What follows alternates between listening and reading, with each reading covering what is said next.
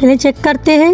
बैंगन हमारे तकरीबन तैयार हो चुके हैं। अब मैं इसमें हरी मिर्ची ऐड करूँगी और इसे 3-4 मिनट के लिए रख दूँगी कवर करके। बैंगन माशाल्लाह से हमारे तैयार हो चुके हैं।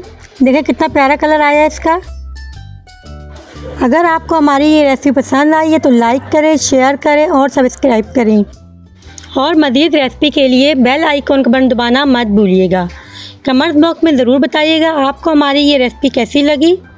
इसी के साथ इजाज़त चाहती हूँ, फिर मिलेंगे इंशाल्लाह अगली रेसिपी में। अल्लाह हाफिज़।